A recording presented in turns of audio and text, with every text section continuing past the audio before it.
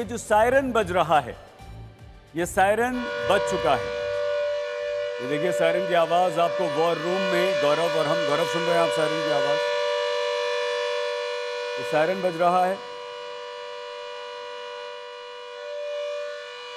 भारत और पाकिस्तान में इस समय जो तनाव है, जो माहौल है, उससे सीधे सीधे ये समझ में आ रहा है कि अब दोनों देशों के बीच युद्ध बिल्कुल तैयार है। युद्ध होना ही है।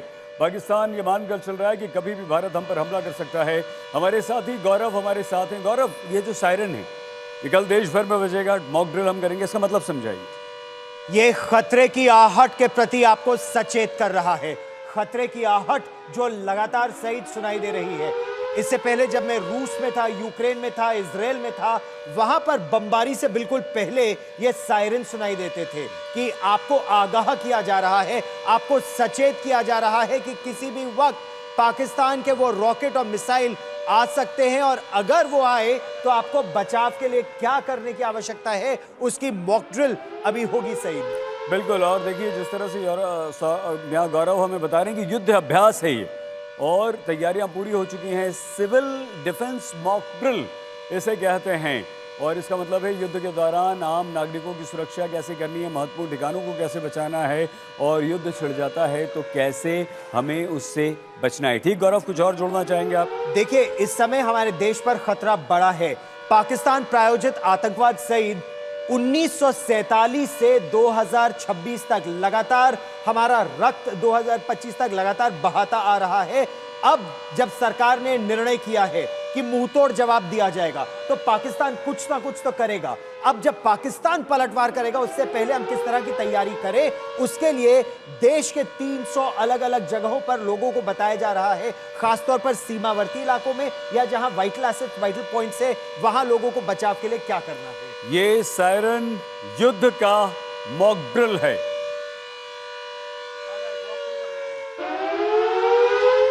भारत में युद्ध का सायरन बजेगा, पाकिस्तान में हड़कंप मचेगा। जंग की पूरी तैयारी है। अब भारत में सिविल डिफेंस मॉक ड्रिल की बारी है। पहले युद्धाभ्यास, फिर मॉक ड्रिल और उसके बाद पाकिस्तान पर हमला होगा। पाकिस्तान ने पलटवार किया तो भारत उसके लिए भी पूरी तरह से तैयार है। मोदी की रणनीति ऐसी कि बदला भी पूरा हो जाए और पाकिस्तान कुछ बिगाड़ भी ना पाए।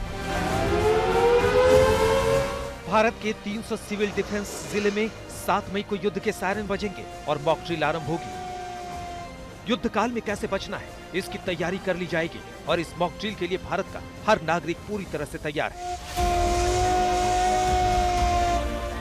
पहलगाम हमले के बाद भारतीय सेना कभी भी पाकिस्तान पर हमला कर सकती है।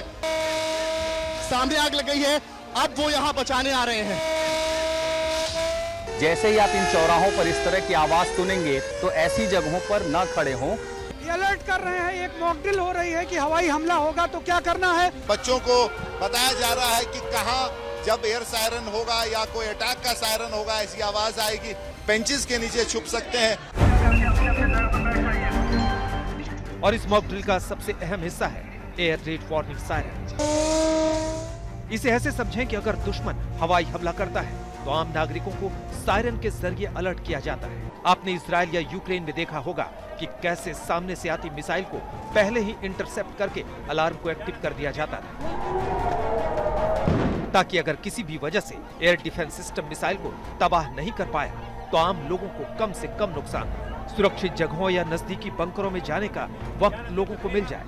मॉक ड्रिल के तहत लोगों को यही समझाया जाता है। ये जो मॉक ड्रिल्स है, आप इसको हमको बड़ी हल्के से नहीं लेना चाहिए। मॉक ड्रिल का मतलब है ये सिविल डिफेंस एक्सरसाइज, ये इसका मतलब है। तो ये ड्रिल्स कराई जाएंगी, ड्रिल्स में क्या क्या कराया जाएगा इस पे ध्यान देना होगा। सिंपल सी चीज ये है, ये प्रोटेक्ट करता है अपने सिविलियंस को जिनके ऊपर संकट आता है लड़ाई के दौरान।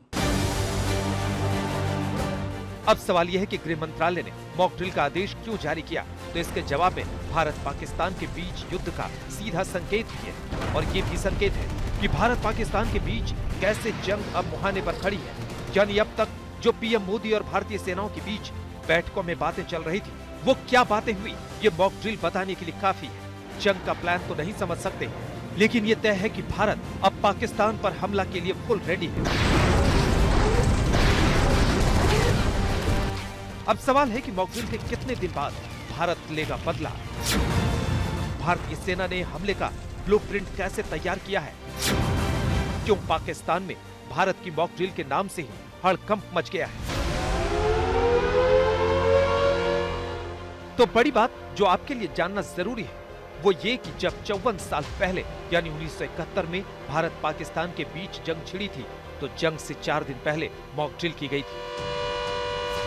आपको बता दें कि साल 1971 में नवंबर के आखिरी हफ्ते में मॉक ड्रिल का आयोजन किया गया था और 3 दिसंबर को जंग की शुरुआत हो गई। 1971 का भारत पाकिस्तान युद्ध 13 दिन तक चला था। ये युद्ध 3 दिसंबर 1971 को शुरू हुआ और 16 दिसंबर 1971 को खत्म हुआ था। इस युद्ध में भारतीय सेना ने पाकिस्तानी सेना के 93,000 सैनिकों को आत्मसमर्पण करने पर मजबूर कर दिया था और इस बार तो भारतीय सेना की तैयारी जबरदस्त है।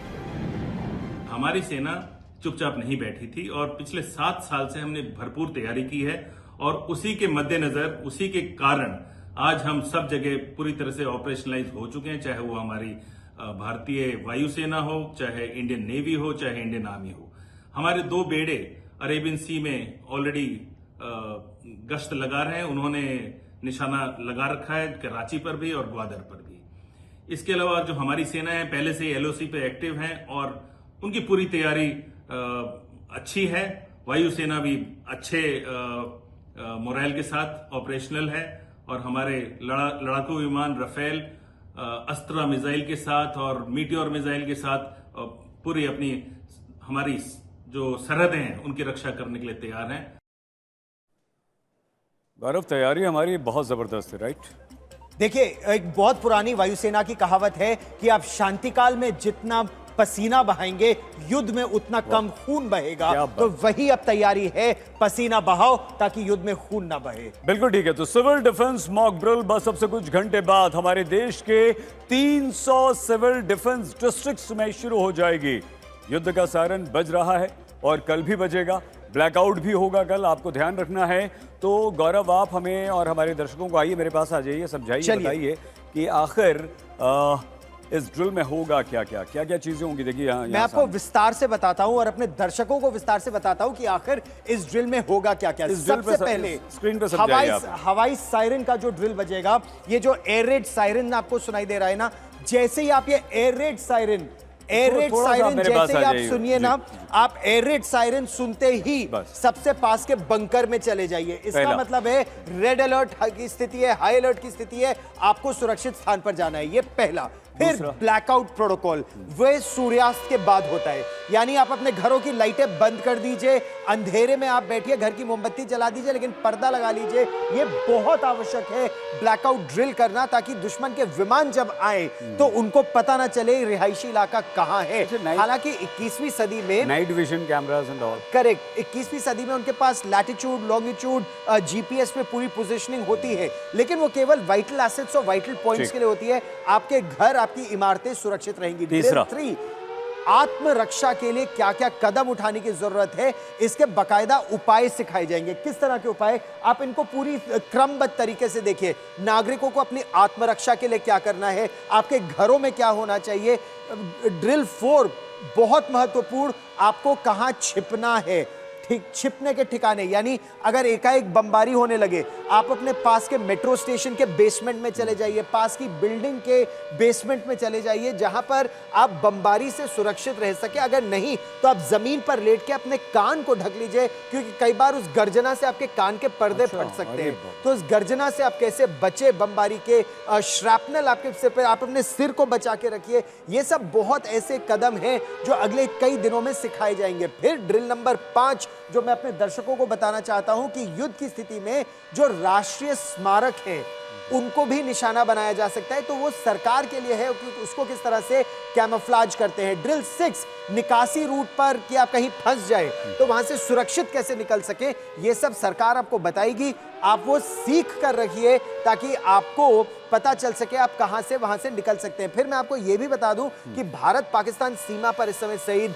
जबरदस्त तनाव है, क्योंकि पाकिस्तान ने अपनी सरहदों के पास सैनिकों को तैनात करना शुरू कर दिया। अपने टैंक, अपनी तोपें, अपनी बख्तरबंद गाड़ियां, ये सब पाकिस्तान ने इस समय शुरू कर दिया। ठीक है, तो कल मॉक ड्रिल है, आपको हमें सभी को तैयार रहना है। 300 डिस्ट्रिक्ट्स हैं गौरव जहां पर ये मॉक ड्रिल हो रही है।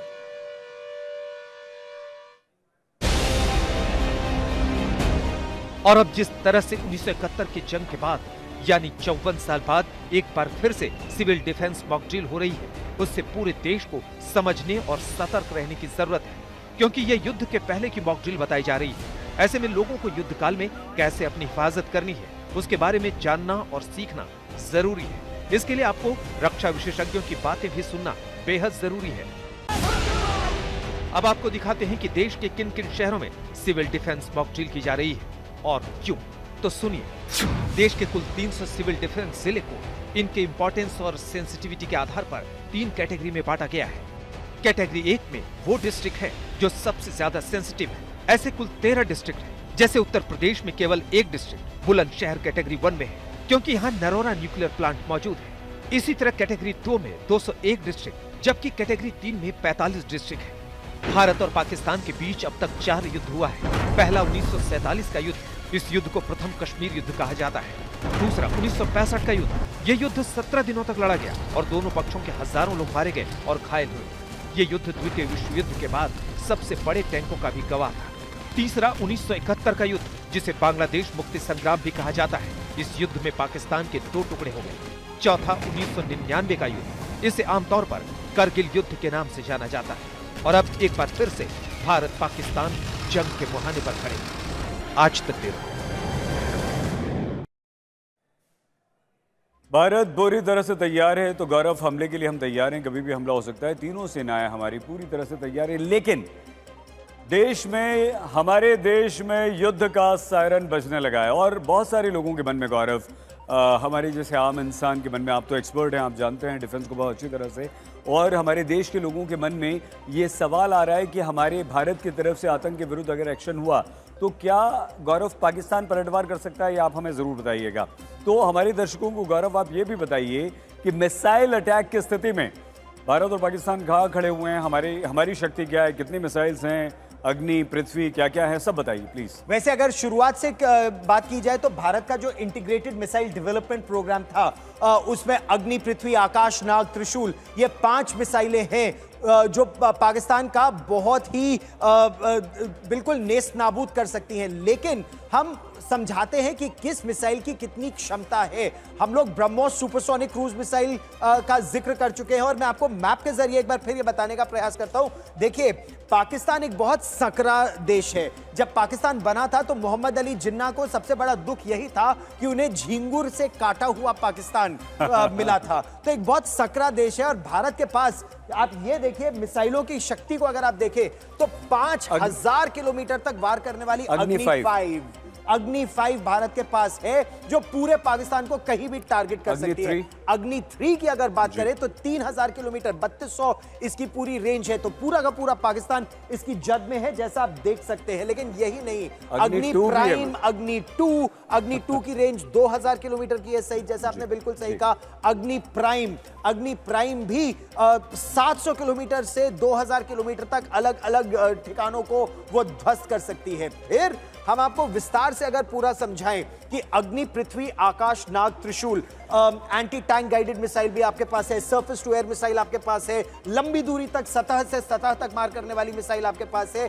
ब्रह्मोस की अगर आप बात करें तो 450 किलोमीटर आप दूर तक ये आपके सुखोई विमान से, यानी air to ground, air to air, आपके पनडुब्बियों से, आपके समुद्री जहाज से, जमीन से 450 किलोमीटर हर तरफ से कहीं भी मार सकते हैं। तो इसका मतलब ये हुआ मैप पर अगर हम मैप पे देखें गौरव, तो यहाँ पर देखिए आप, जी, ये अगर दिल्ली से मिसाइलें छोड़ी नहीं तो क्या अग्नि 5 अगर मान लीजिए हम छोड़ते हैं तो वो तो 5000 किलोमीटर दूर कहीं भी वार कर सकती है, लेकिन मिसाइल भी ना अलग अलग उसके लॉन्च, ये रोड मोबाइल भी है, रेल मोबाइल भी है, अलग अलग जगहों पर आप ले जाकर इससे वार भी कर सकते हैं। और इसमें मैं आपको समझाना चाहता हूं कि भारत अलग अलग स्थानों से अगर पाकिस्तान कहीं पलटवार भी करे, जैसे एक वेपन लोकेटिंग रेडार होता है कि आपने मिसाइल लॉन्च की और पाकिस्तान उस पर पलटवार करे। हमारी सबसे शक्तिशाली मिसाइल कौन सी है? देखिए आपके पास वैसे तो सूर्य भी है, लेकिन सूर्य के बारे में हम अभी इस तरह की बात भी नहीं करते, लेकिन ये अग्नि 5 जो 5000 किलोमीटर दूर वार कर सकती है, तो अग्नि 5 5000 किलोमीटर तो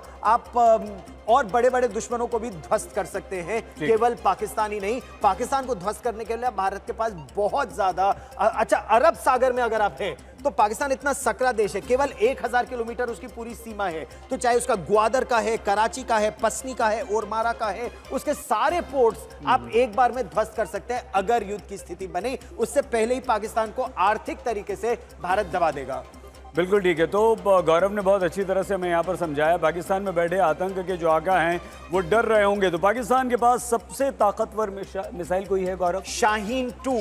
शाहीन 2 जो पाकिस्तान की है ना, वो लगभग 2000 किलोमीटर उसकी मार करने की क्षमता है। पाकिस्तान के पास भी ऐसे मिसाइल हैं? पाकिस्तान के पास भी है, और पाकिस्तान का जो मिसाइल प्रोग्राम है अगर आप उसको नजर डाल के देखें तो केवल दक्षिण भारत के कुछ ऐसे हिस्से हैं, जिस तरह से केरल हो गया, तमिलनाडु हो गया, ये कुछ ऐसे इलाके हैं या सुदूर उत्तर पूर्व के इलाके हैं जो पाकिस्तान अपनी मिसाइलों से टारगेट नहीं कर सकता, वरना ज्यादातर उसके निशाने पर आते हैं। जैसे हुआरी उसकी मिसाइल है, 1250 किलोमीटर वार करने में सक्षम है। आप पाकिस्तान का दुर्भाग्य देखिए कि उसने जो मिसाइलों का नाम रखा है वो भी अफगान इन्वेडर्स के नाम पर रखा है, चाहे गजनवी हो या गौरी हो, उसकी अपने नाम पर, मतलब उसका अपना तो कोई अस्तित्व ही नहीं है। उसकी मिसाइलें भी इसी तरह, जैसे शाहीन 1 उसकी मिसाइलें हैं, वार तो कर सकती हैं, लेकिन भारत का जो एंटी मिसाइल डिफेंस सिस्टम है, S-400 सिस्टम, या फिर लड़ाकू विमानों से मिसाइलों को ध्वस्त करने का सिस्टम, बहुत शक्तिशाली, S-400 सिस्टम जो अभी रूस से भारत ने खरीदा और अमेरिका के इतने विरोध के बावजूद,